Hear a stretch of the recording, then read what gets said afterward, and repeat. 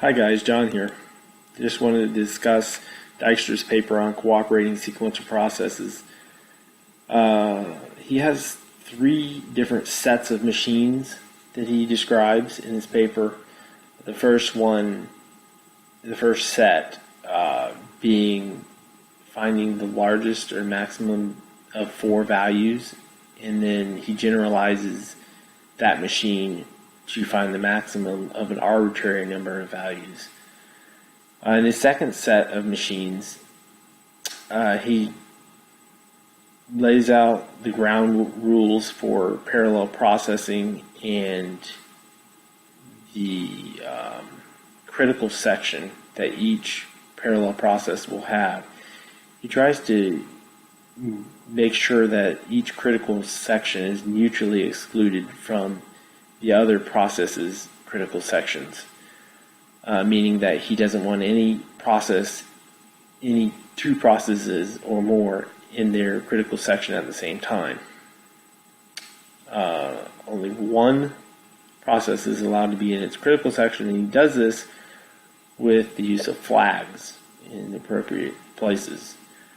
Then he moves on to the third set of machines, and his most complex. He's using the model of a producer and a buffer and a consumer. The buffer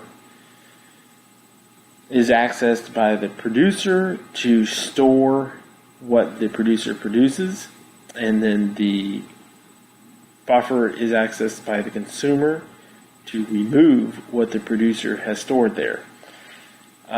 He doesn't want, in his example, he doesn't want any two machines accessing the buffer at the same time. So that would be the equivalent of a critical section in his previous set of machines. He achieves this with the introduction of a semaphore.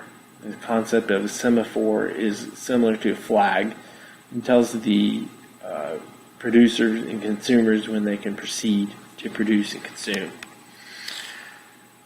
He goes on from there to prove the correctness of this producer-consumer buffer scenario with the use of semaphores.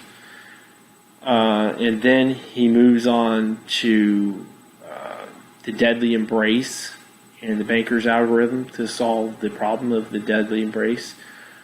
In this, I found it difficult to kind of correlate this to what we're learning in database systems, but the main takeaway is the parallel processes and his mutual exclusion from the critical section can be thought of as data items and transactions in mutual exclusion to data items by the use of locks in the database. And then the deadly embrace in the banker's algorithm is a version of deadlock and deadlock avoidance that we've learned about in our class.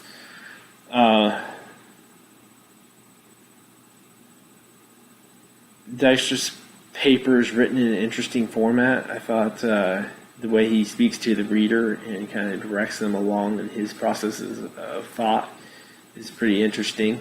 Old style of writing for sure. And he uses the Algol 60 language, which didn't have a lot of the concepts that he needed to make things flow easily, and he added those. And interestingly enough, we use those a lot in modern day programming languages. I'm not sure if he invented those here or that those were already known but not part of this Algol 60 language. Be interesting to do some research on that. But anyways, I appreciated having the chance to go through Dijkstra's paper and see how he thinks. And hope this helps, y'all. Thank you.